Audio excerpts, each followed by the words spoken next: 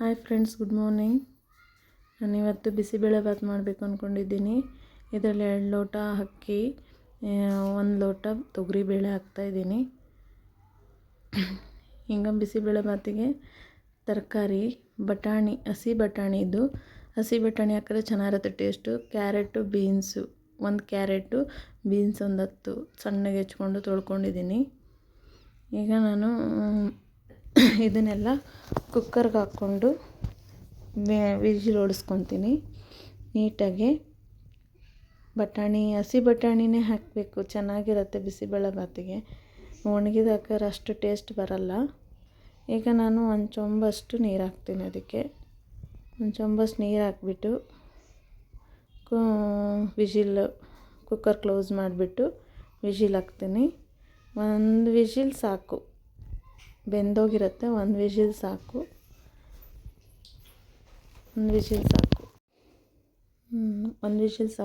ಇವಾಗ stove on ಮಾಡ್ತಾಯಿದ್ದೀನಿ, cooker ಇಡ್ತಾಯಿದ್ದೀನಿ. ಇವಾಗ 1 ವಿಜಿಲ್ ಆಯಿತು ನೋಡಿ. ಇವಾಗ ಕುಕ್ಕರ್ನ ವಿಜಿಲ್ನ ನೀಟಾಗಿ ಹೋದ್ಮೇಲೆ, ಮೊದಲೇ ಒಂಚೂರು ಹೋದ್ಮೇಲೆ ತಕ್ಕೊಂಬಿಡಿ. ಇದು ಈ ಥರ ಬೆಂದಿರುತ್ತೆ. ಈಗ ಅದಕ್ಕೆ ನಾವು ಬಾಣಲಿಗೆ ಇವಾಗ ಏನೇನು ಬೇಕು ಅಂತ ರೆಡಿ ಮಾಡ್ಕೊಳ್ಳೋಣ. ಒಗ್ಗರಣೆಗೆ ಬಾಣಲಿ ಇಟ್ಬಿಟ್ಟು ಎಣ್ಣೆ ಇಲ್ಲ ತುಪ್ಪ ಹಾಕ್ಕೊಳ್ಳಿ, ತುಪ್ಪ ಚೆನ್ನಾಗಿರುತ್ತೆ ಟೇಸ್ಟು.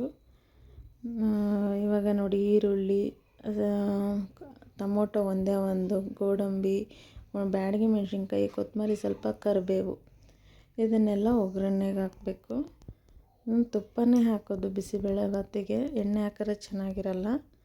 ನೋಡಿ, ನಿಮ್ಗೆ ಎಷ್ಟು ಬೇಕೋ ಅಷ್ಟು ನೋಡಿಕೊಂಡು ಇವಾಗ ನಾನಿಲ್ಲಿ 3 ಸ್ಪೂನ್ ಹಾಕ್ಕೊಂಡಿದ್ದೀನಿ. ನೀವು 3 ಸ್ಪೂನ್ ಹಾಕ್ಕೊಳ್ಳಿ, ಇಲ್ಲಾಂದರೆ ಜಾಸ್ತಿ ಬೇಕಂದರೆ ಇನ್ನೂ ಜಾಸ್ತಿ ಹಾಕ್ಕೊಳ್ಬೋದು.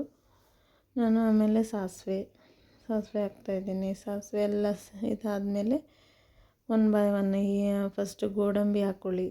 ಗೋಡಂಬಿನ ಅದರಲ್ಲಿ ಹುರ್ಕೊಳ್ಳಿ. ಹುರ್ಕೊಂಡಾದ್ಮೇಲೆ ಈರುಳ್ಳಿ ಎಲ್ಲ ಹಿಂದೆ ಹಾಕ್ಬೋದು, ಏನು ತೊಂದರೆ ಇಲ್ಲ. ಈ ಕರಿಬೇವು, ಆಮೇಲೆ ಮೆಣಸಿನ್ಕಾಯಿ, ಬ್ಯಾಡಗಿ ಮೆಣಸಿನ್ಕಾಯಿ ಎಲ್ಲ ಹಾಕಿಬಿಟ್ಟು ನೀಟಾಗಿ ಫ್ರೈ ಮಾಡ್ಕೊಳ್ತಾ ಇರ್ವಿ. ಅದನ್ನು ಕೈ ಆಡ್ತಾ ಇರಲಿಲ್ಲ ಅಂದರೆ ಸೀದೋಗ್ಬಿಡುತ್ತೆ. ಗೋಡಂಬಿ ಸೀದೋಗ್ಬಿಟ್ರೆ ಚೆನ್ನಾಗಿರಲ್ಲ. ಕೈ ಆಡ್ತಾ ಇರಬೇಕು. ಈಗ ನೀಟಾಗಿ ಬ್ರೌನಿಷ್ ಆಗಿದೆ. ಈಗ ಟೊಮೊಟೊ ಹಾಕ್ಕೊಳ್ಳಿ. ಟೊಮೊಟೊನು ತಿರುಗಿಸ್ತಾ ಇರಿ ನೀಟಾಗಿ. ಅದು ಬೆಂದಾದಮೇಲೆ ಒಂಚೂರು ಬೇಯಲಿ, ಟೊಮೊಟೊ ಎಲ್ಲ ಸ್ಮ್ಯಾಶ್ ಆಗಲಿ ಅಂತ ಒಂಚೂರು ಅರಿಶಿನ ಹಾಕ್ಕೊಳ್ಳಿ. ಆಮೇಲೆ ತಿರುಗಿಸ್ತೀರಿ ನೀಟಾಗಿ. ಅದು ಫ್ರೈ ಆಮೇಲೆ ಬೇಯಿಸಿಟ್ಕೊಂಡಿರ್ತೀವಲ್ಲ ರೈಸು ಮತ್ತು ಬೇಳೆ ಮತ್ತು ತರಕಾರಿ ಬಟಾಣಿ ಎಲ್ಲ, ಅದನ್ನು ಹಾಕ್ಕೊಂಡು ಅದನ್ನು ತಿರುಗಿಸ್ಕೊಳ್ಳಿ. ಇವಾಗ ನಮಗೆ ನೀರು ಎಷ್ಟು ಬೇಕು ತಿಕ್ನೆಸ್ಸು, ಜಾಸ್ತಿ ತೆಳುವಾದರೂ ಚೆನ್ನಾಗಿರಲ್ಲ.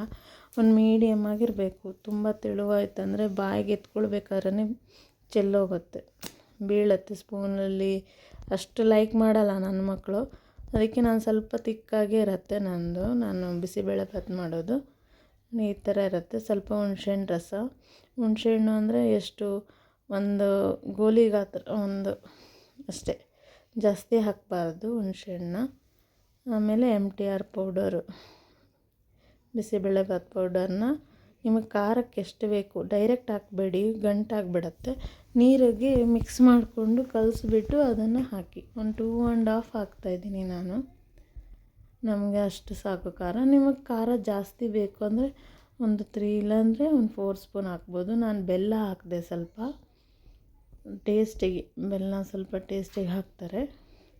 ಇದನ್ನು ಮಿಕ್ಸ್ ಮಾಡಿಬಿಟ್ಟು ನೋಡಿ ಹಿಂಗೆ ಹಾಕ್ಕೊತಾ ಇದ್ದೀನಿ. ನೀರು ಹಾಕ್ಕೊಳ್ಬೋದು ನೀವು, ಆಯಿತಾ. ನೀರು ಹಾಕ್ಕೊಳ್ಬೋದು ನೋಡಿ ಈ ಥರ. ಇವಾಗ ಉಪ್ಪು, ಇಷ್ಟು ತಿಕ್ನೆಸ್ ನನಗೆ ಬೇಕು, ಇಷ್ಟು ಮಾಡ್ಕೊಂಡು. ಇನ್ನು ಬೇಕಿದ್ರೆ ನೀವು ಇನ್ನೊಂದು ಸ್ವಲ್ಪ ನೀರು ಹಾಕ್ಕೊಂಡು ತೆಳು ಮಾಡ್ಕೊಂಡು ಇನ್ನೂ ಸ್ವಲ್ಪ ಬೇಯಿಸ್ಕೊಂಡ್ರೆ ಸ್ವಲ್ಪ ತೆಳ್ಳಗಾಗತ್ತೆ, ಸ್ವಲ್ಪ ರೈಸ್ ಎಲ್ಲ ಬೆಂದೋಗುತ್ತೆ. ನಾನು ಸ್ವಲ್ಪ ರೈಸ್ ಸಿಕ್ಕಲಿ ಅನ್ನೋ ಥರನೇ ಇದೆ, ಜಾಸ್ತಿ ಬೇಯಿಸಿಲ್ಲ ನಾನು. 2 ವಿಜಿಲ್ ಹೊಡ್ಸಿದ್ರೆ ಫುಲ್ ಬೆಂದೋಗಿರೋದು, ಬಿಡಿಸಿಲ್ಲ ನೋಡಿ ಈ ಥರ. ಓಕೆ, ರೆಡಿ ಆಯಿತು ಬಿಸಿಬೇಳೆಭಾತು. ಅದಕ್ಕೆ ಚೋಚೆನಾರ ಆ್ಯಡ್ ಮಾಡ್ಕೊಂಡು ತಿನ್ನಿ. ಲೈಕ್ ಮಾಡಿ, ಶೇರ್ ಮಾಡಿ, ಸಬ್ಸ್ಕ್ರೈಬ್ ಮಾಡ್ಕೊಳ್ಳಿ, ಬೆಲ್ ಐಕಾನ್ ಒತ್ತಿ.